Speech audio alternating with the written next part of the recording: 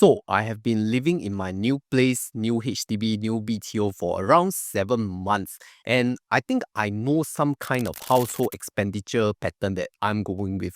So to help new homeowners out here, maybe this is the first time you are living around by yourself, or as a couple, you move out to a new place.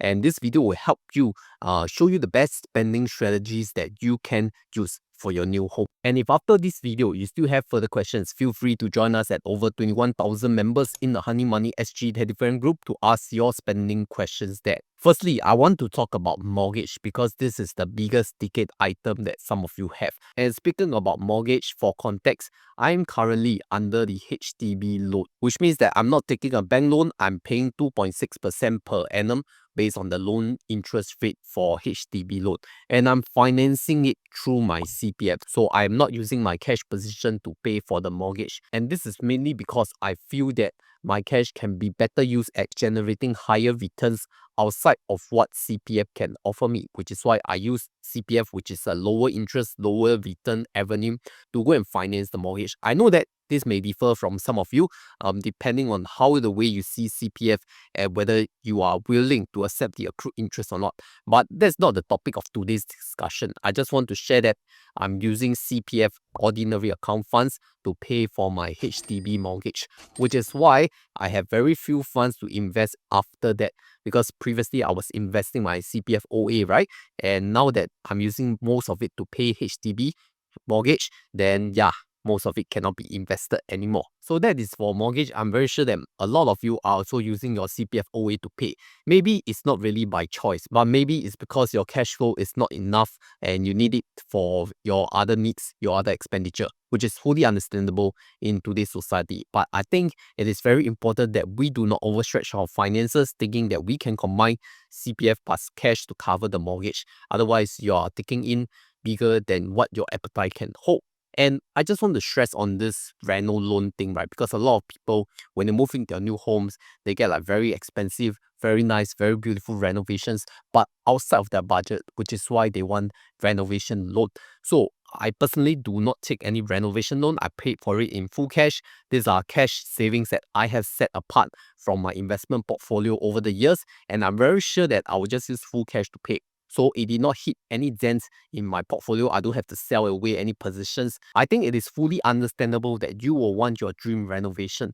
But I would say that unless this is your final home that you are going for retirement, I think that if you see your first home as your forever home, it may not materialize, all right? Because people expectations change. They may not really like their neighbors and whatnot. So don't go for so expensive renovation, especially for your first home. Okay, I know you think it's your dream home, but let me assure you that things will change. At least 5 years later, you come back and see again. So I do not advocate for renovation loans, but I do understand that some firms, some contractors, or some IDs, they have like interest-free installment periods. Okay, so if those are advantageous to you and the numbers make sense to you, then yes, I would say that you can go for it if it helps you out in your finances. But if you are taking those very high interest loans, then I really don't advocate for it at all. In fact, I feel that reno loan is such a not a good finance product lah, or it helps people increase their appetite for what they can buy, especially for renovation. So people over renovate their homes. All right, next up, I want to talk about town council, because this may be the first time you're paying for town council fees. So I think there are a lot of terms for this, like S&CC bill, then town council bill. They are all referring to the same thing. It's the monthly bill that you have to pay to your specific town council, right? So each town council will have their specific body that you should pay to, either via AXS or SAM or whatever payment methods that you prefer. But what I do for my town council is that I went to their homepage and there is a credit card authorization form that you can download and then send it to them to authorize the credit card for automatic payment every month. And I link it with my chocolate debit card because it's going to give me 1 mile per dollar, 1 max mile per dollar to be exact. And this 1 max mile per dollar is equivalent to 1.8% cashback because I can use it to redeem for fly anywhere flights. Okay, I know this is a lot of information taken in a short span of time, but bear with me because Haymax I really went through in a separate video, like the beginner's guide, like how to use Haymax. So Haymax partnered with Chocolate Card. This will give me 1 max mile per dollar. It used to be 2 max mile per dollar. So in the past, like before July, it was 3.6% effective cash rebate. But now that it has been halved and there's a cap on it, okay, which is $100 of bill payments per month, I think this would nicely fit in my 4-room SNCC town council bill. Alright, so check with your town council whether there is such credit card authorization forms, and if there are, then just link it with chocolate debit card. Also, for the purpose of this video, all the sign up links, welcome rewards are available in the description, so do check them out. Okay, see which product you prefer, go and sign up with some welcome rewards. That will also help out the channel. Thank you. Alright, next I want to talk about utilities. Okay, because this is finally time for you to pay for your own electricity, your water, your gas bill, and your rubbish bill. Okay, refuse charges. And you see, for SP bill, there is a way to pay better. Okay, because especially for electricity, okay, if you don't want to just select to the default SP, there are a lot of OEMs out there which are offering electrical packages at a fixed rate that may be more competitive than what SP utility is charging. Okay, you have to see the numbers, and what I'm using right now is Tuas Power. Why I use Tuas Power other than their very attractive and competitive rates is because Tuas Power will just charge the electrical bill into your SP bill directly, so you don't have to make two separate payments. Whereas some other electricity providers, you have to pay separate bill, right? So that is one SP bill and one electrical service provider bill. Okay, Tuas Power, you can just integrate it.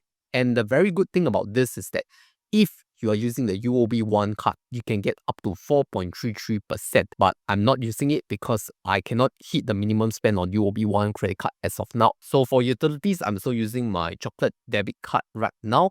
Okay, I know it's not the best use after they have kept the bill payment, but as of now, I really don't have any better alternative. I used to use the POSB everyday card, but that has removed the utility spending for cashback rebate as well. So yeah, as of the moment, it's still chocolate debit card. And I also want to highlight that Tuas Power has a referral program. So if you want to support, you can also use the referral code down below in the description to sign up, get some additional credits. Telco bill wise, we are talking about both mobile phone bills as well as internet, broadband, fiber plan.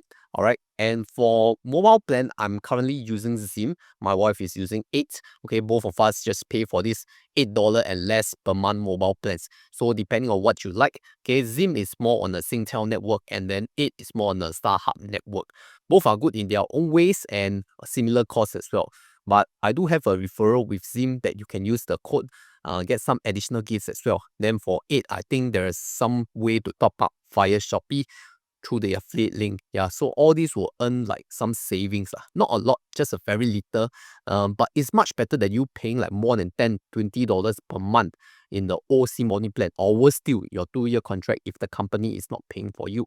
Okay, so that's for mobile plan. But let's talk about fiber broadband, right? Fiber broadband, I chose My Republic. Okay, so I'm paying around $39 per month for their, 3 gigs plan, I think. Because when I moved into this flat, I think there was a group buy offer, like it was offering 2 months free or something like this through the group buy. Yeah, so I used the referral code, which I also have a referral code right now because I'm working with My Republic already. Yeah, so I'm already their customer first before they approach me to be an affiliate partner. Yeah, so if you want to support, go and get My Republic. I think you can get some benefits through the link and the code as well. Like me, get some free months off. And how I pay for these telco bills is very straightforward. I'm going to charge it to my Maybank family and friends card for 8% cashback. And that is true 8% cashback once you have hit the $800 minimum spend. Although there's a cap of $25 cashback cap, which means the max spending is $312.50. But I likely will not hit it every month, right? $312.50 is a lot of telco bills. I only pay like $8 for 2 packs. That's 16. Then plus $39 My Republic. That's like $55. Very cheap only lah, telco bill. Next up, let's talk about grocery, because this time round, you are doing your own grocery spending already. No more your father and mother help you buy grocery, cook for you anymore. So you have to go to the neighborhood supermarket or neighborhood wet market, depending on which one is more convenient to you. I have both the wet market and supermarket near my area. So for wet market, I usually use CDC voucher because that's the best place to spend it already. But for supermarket, fortunately, the nearby supermarket is Giant, which means that I can use my U card to get 18% cash rebate when I either spend it on Giant or when I buy the DFI Giant vouchers. Okay, I just need to hit a minimum spend of $600 per month to get 18% you cash rebate. And that's how I usually do it because I cannot hit 600 minimum spend every month, right? I just buy the DFI vouchers and I slowly utilize them along the next few months. And then further away, I also have a Fair Price supermarket. So what I do is that I exchange my Chris Plus miles, my Chris Pay miles for all the points to go and become the physical NTUC Fair Price voucher. Okay, and that's how I utilize it. And then sometimes I have those Trust Cashback promotion voucher. Then also got Fair Price e-voucher, so I have to use it lah. But otherwise, if all this is not enough, I still have my Maybank Family and Friends 8% cashback on grocery category that can get me some very good cashback. And most importantly, the government initiative, which is the CDC voucher. I think now got SG60 voucher already for the senior citizens and rolling to us youngsters soon, right? You can get like $600 to $800. Half of it will be grocery voucher, so have to utilize it before the end of next year. And sometimes when you clock your step, there is health promotion board voucher that you can redeem it to reward your healthy lifestyle when you clock enough steps or you eat enough healthy food, and those stamps the QR code lah. Or all this you only know after you start spending on your own grocery at your new home. Okay, let's talk about transport. But before that, as usual, this video has no sponsor. So if you want to support the channel and the content, you can just click on this interactive brokers link or scan the QR code if you're watching it on TV. Okay, if it help you save money or if it help you strategize your spending more carefully, then give a support lah. It really costs nothing and it will help the channel financially. Thank you. Talking about transport, these days I mostly work from home, so I don't travel to and fro office every day. So my public transport spending is really little. We don't drive, we don't own a car. So it's really very low expense on public transport. Unless we are talking about weekends or there's some business meetings or business meals to be headed out to town. But all these are very few only. It's less than maybe $50 per month on transport. But I still listed transport as one of my spending category for Maybank Family and Friends. So this will cover the Simply Go bus and MRT rides, the occasional Grab rides, and then for Gojek, I'm using the DBSU card because you can get 18% cash rebate. Yeah, so that's how you fully maximize or min-max it. Coming to our last category is dining out already because grocery will cover the dine-in expenses at home. But dining out there, I think I did a previous video on this, but I just go through it briefly here. Hawker center and coffee shop wise, mostly we are using the CDC voucher.